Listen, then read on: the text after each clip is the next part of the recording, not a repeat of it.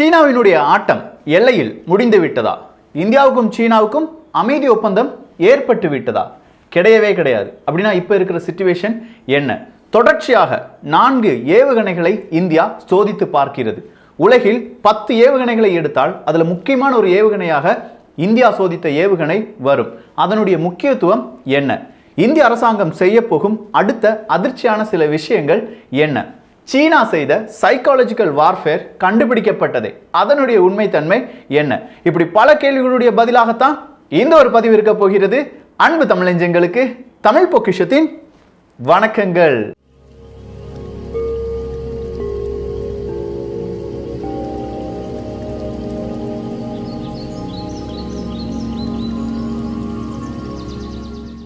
India டுடேயின் OSINT team அப்படின்னு சொல்லுவாங்க. இந்த OSINT அப்படின்னா ஓப்பன் சோர்ஸ் இன்டெலிஜென்ஸ் டீம் அப்படின்னு சொல்லலாம்.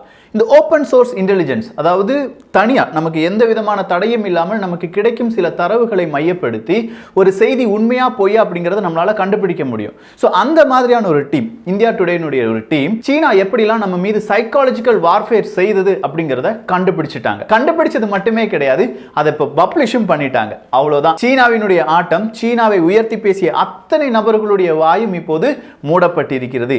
அப்படி என்னப்பா கண்டுபிடிச்சிட்டாங்க? என்ன விக்கி ட்விஸ்ட் மேல ட்விஸ்ட் வைக்கிற? இந்த ஒரு கேள்வி உங்க மனசுல இருக்குல்ல? வேற எதுவுமே கிடையாதுங்க. 3 சோர்ஸ் அப்படிங்கிறத இவங்க டிவைட் பண்ணியிருக்காங்க. அதுல முதல் source white, second source grey, third source black. White source அப்படின்னு சொல்லும்போது யார் இந்த செய்தியை சொன்னார்கள் அப்படிங்கிறது நேரடியாக நமக்கு தெரியும். உதாரணத்துக்கு ட்விட்டர்ல சீனாவுக்காக வக்காலத்து வாங்கக்கூடிய சில மீடியாக்கள், அதே மாதிரி சில அக்கவுண்ட்ஸ். உதாரணத்துக்கு சொல்ல போனால் குளோபல் டைம்ஸை சொல்லலாம், இல்லாட்டி சீனாவை சேர்ந்த வெளியுறவுத்துறை அமைச்சர் ஓல்ஃப் வாரியர்ஸ், இப்படி நிறைய பேரை சொல்லலாம். அவங்க என்ன செய்வாங்கன்னா, இங்க இருக்கிற அதாவது எதையுமே விவரமா தெரிந்து கொள்ள வேண்டாம், சின்னதா செய்தி மட்டும் தெரிந்து கொண்டால் போதும் அப்படிங்கிறவங்கள ஆடியன்ஸா டார்கெட்டா வைப்பாங்க. அப்படி டார்கெட்டா வச்சு அவங்க என்ன சொல்ல நினைக்கிறாங்களோ அதை மட்டுமே சொல்லி புரிய வைப்பாங்க, இல்ல புரிஞ்ச மாதிரியே நம்மளை நம்ப வைப்பாங்க. அதற்கு சிறந்த ஒரு உதாரணத்தையும் சொல்லியிருக்கிறார்கள். இந்தியாவின் ராணுவ வீரர்களும் சீனாவினுடைய ராணுவ வீரர்களும் லடாக் பகுதிகளில் மோதிக்கொள்கிறார்கள். இந்திய ராணுவ வீரர்கள் 20 பேர் வீரமரணம் அடைகிறார்கள். சீனா சொல்றாங்க எங்க கிட்ட, அதாவது எங்க ராணுவ வீரர்களுக்கு எந்த பாதிப்பும் கிடையாது. ட்விட்டர், சோஷியல் மீடியா, வெய்போ, அதே மாதிரி எல்லா மீடியாலையும், நியூஸ் பேப்பர், எல்லா மீடியாலையும் இந்த ஒரு செய்தி தான் வெளியில வருது. இதை பார்க்கும் ஆடியன்ஸ் நமக்கு எப்படி இருக்கும்? ஐயோ இந்தியா அடி வாங்கிருச்சு, சீனா அடி வாங்கல அப்படின்னு தான் தோணும். ஏன்னா அவங்க அதுக்கு கீழே போட்ட இன்ஃபர்மேஷன் தான் இங்க கவனிக்க வேண்டியது. இந்திய வீரர்களின் உயிரிழப்புக்கு காரணம் இந்தியாவின் அங்கே மருத்துவ வசதி இல்லாம இருப்பதுதான் அப்படின்னு சொல்லிட்டாங்க. ஸோ மருத்துவ வசதி கிடைக்காமல் தான் நம்முடைய ராணுவ வீரர்கள் இறந்து போனார்கள் அப்படின்னு சொல்ற ஒரு வார்த்தை.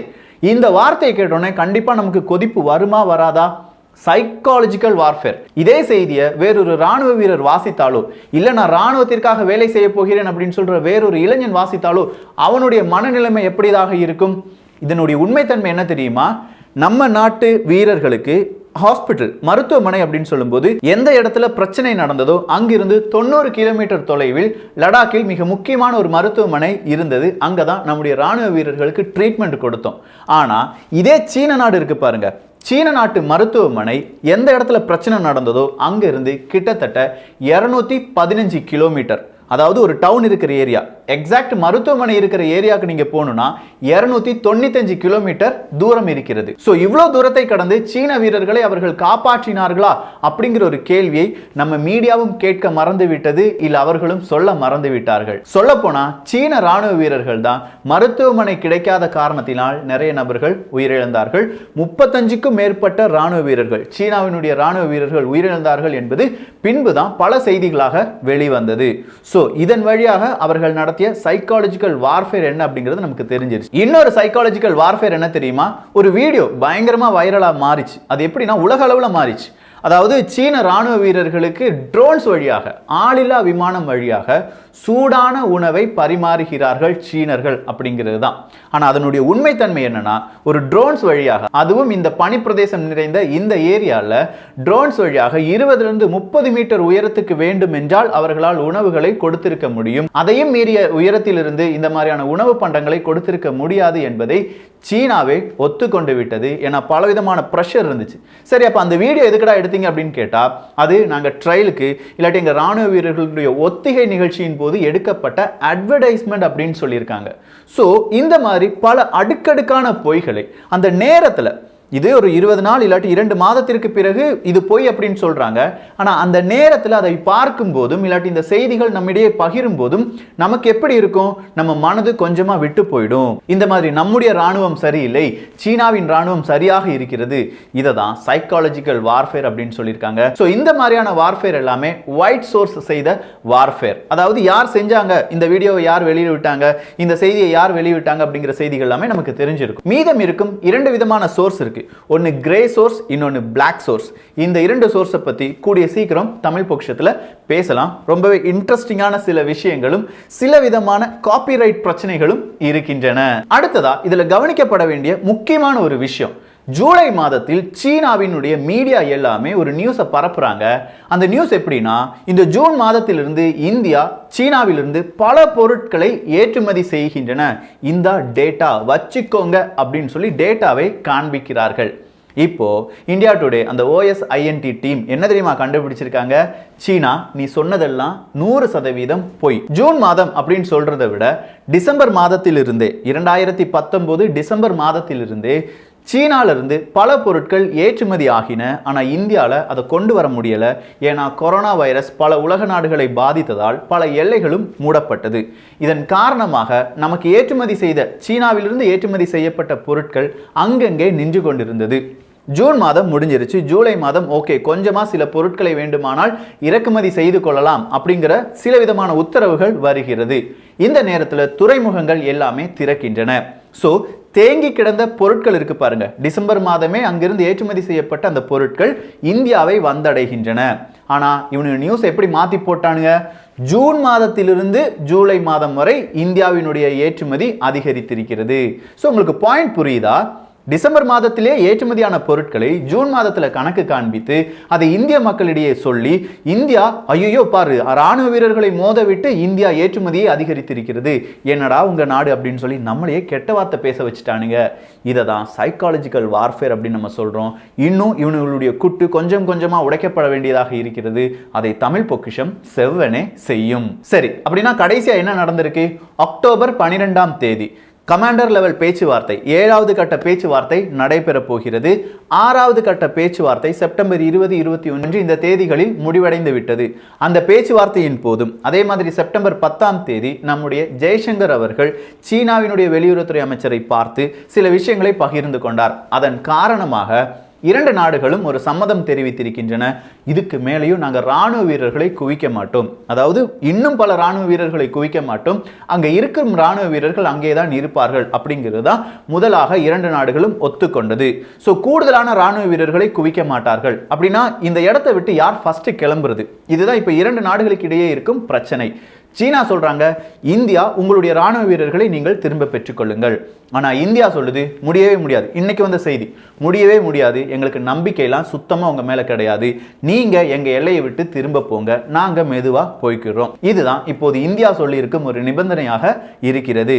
சரி, இவ்வளவு விஷயங்கள் செய்யறதுக்கு மத்தியில் கிட்டத்தட்ட 1 மாத காலத்திற்குள் 4 முக்கியமான ஏவுகணைகளை இந்தியா சோதித்திருக்கிறது. அப்படி சோதித்த ஏவுகணைகளில் பலதும் இப்போ நம்ம எல்லையில் நிறுத்தப்பட்டிருக்கிறது. இதெல்லாம் நிறைய நேரங்களில் நம்ம கேள்விப்பட்டிருப்போம். பிரம்மோஸ் ஏவுகணை இப்போதும் நம்முடைய சீனா இந்தியா எல்லையில் நிலைநிறுத்தப்பட்டிருக்கிறது. ஆனா இந்த பிரம்மோஸ் ஏவுகணை சாதாரண பிரம்மோஸ் ஏவுகணை கிடையாது. சாதாரண பிரம்மோஸ் ஏவுகணையாக இருந்தால் 290 கிலோமீட்டர் தான் அதனுடைய ரேஞ்ச். இது அப்டேட்டட் வெர்ஷன். கிட்டத்தட்ட 400 கிலோமீட்டருக்கு தூரமாக இருக்கும் எதிரியை கூட நம்மால் அழிக்க முடியும். ஸோ அந்த அப்டேட்டட் வெர்ஷன் பிரம்மோஸை நம்ம இப்போ எங்கே நிலைநிறுத்தி இருக்கிறோம்? சீனா இந்தியா எல்லையில். அடுத்ததா ஆகாஷ், அதே மாதிரி புதுசா நிர்பயா மிசைலையும் நம்ம அங்க நிலைநிறுத்தி இருக்கிறோம். இப்போ கடைசியா எந்த மிசைலை நம்ம டெஸ்ட் பண்ணி பார்த்தோம் அப்படின்னு கேட்டீங்கன்னா, சௌரியா மிசைல், சூப்பர் சோனிக் மிசைலை டெஸ்ட் பண்ணி பார்த்துருக்கோம். கிட்டத்தட்ட 800 கிலோமீட்டர் ரேஞ்ச் இருக்கும் அப்படின்னு சொல்றாங்க. 200 இருந்து 1200 கிலோகிராம் வெயிட்டை இதனால் சுமந்து செல்ல முடியும். அணு ஆயுதத்தை சுமந்து செல்ல முடியும். இப்போது 160 கிலோகிராம் இருக்கும் எடையை அது சுமந்து வைத்திருக்கிறது. இது இப்ப டெஸ்டிங் எல்லாமே முடிஞ்சிருச்சு. அக்டோபர் 3ஆம் தேதி டெஸ்டிங் முடிந்து விட்டது. அதற்கு முன்பாகவே இந்திய படையில் சேர்க்கப்பட்டு விட்டது. இவ்வளவுதான் விஷயமா அப்படின்னு பார்த்தா இல்ல. இன்னும் நிறைய மிசைல்ஸ் கொஞ்சம் கொஞ்சமா இது எல்லாமே DRDO அதாவது இந்தியாவின் கட்டமைப்பில் உருவாக்கப்பட்டது, இந்தியாவின் சொந்த தயாரிப்பு அப்படின்னு சொல்லலாம். இந்த கடைசி அப்டேட்டட் செய்யப்பட்ட பிரம்மோஸினுடைய எல்லா பாகங்களும் இந்தியாவிலிருந்து தயாரிக்கப்பட்டது அப்படிங்கிறது கூடுதலான ஒரு சிறப்பு செய்தியாகும். இப்படி பல மிசைல்ஸை நம்ம டெஸ்ட் பண்ணிட்டு இருக்கோம், எல்லாமே சூப்பர்சோனிக் மிசைல்ஸ் அப்படின்னு சொல்லலாம். ஸோ இதெல்லாமே சீனாவுக்கு எதிராக மட்டும்தானா அப்படின்னு பார்த்தா இது சீனாவுக்கே தெரியாது. ஏன்னா சீனா நமக்கு எதிராக திபெத் எல்லையில் பல மிசைல்ஸை குவித்து வைத்திருக்கிறார்கள் அப்படிங்கிற ஒரு செய்தி நமக்கு கிடைத்தது. ஸோ அதை கவுண்டர் அட்டாக் பண்ணணும்னா நாமும் நம்முடைய எல்லையில் பல மிசைல்ஸை குவிக்க வேண்டிய ஒரு கட்டாயம் நமக்கும் இருந்தது. அதன் காரணமாகத்தான் பல மிசைல்ஸும் டெஸ்ட் பண்றதுக்கு முன்னாடியே நம்முடைய எல்லையில் வைக்கப்பட்டிருந்தது. அதுல கடைசியா சொன்ன அந்த ஷௌரியா மிசைல்ஸ் அப்படின்னு சொல்லும்போது அது சாதாரணமா ஒரு சின்ன இடத்துலயோ இல்லாட்டி ஒரு ட்ரக்ல இருந்து கூட ஏவ முடியும். இந்த ஏவுகணை உலகின் 10 மிக முக்கியமான ஏவுகணைகளில் ஒரு இடத்தை பிடித்திருக்கும் ஏவுகணை தான். எதிரிகளுக்கு சிம்ம சொப்பனமாக இருக்கக்கூடிய ஒரு ஏவுகணை அப்படின்னு சொல்லியிருக்காங்க. இது முழுவதும் DRDO இந்தியாவில் தயாரிக்கப்பட்ட ஒரு ஏவுகணையாக மாற்றப்பட்டிருப்பது இந்தியாவுக்கு மிகப்பெரிய ஒரு அட்வான்டேஜ் அப்படின்னு சொல்லலாம். சோ இந்த எல்லை பிரச்சனையை மையப்படுத்தி அடுத்ததா இந்திய அரசாங்கம் செய்திருக்கும் சில விதமான நடவடிக்கைகள் என்ன, இதை தான் நம்ம பார்க்க வேண்டும்.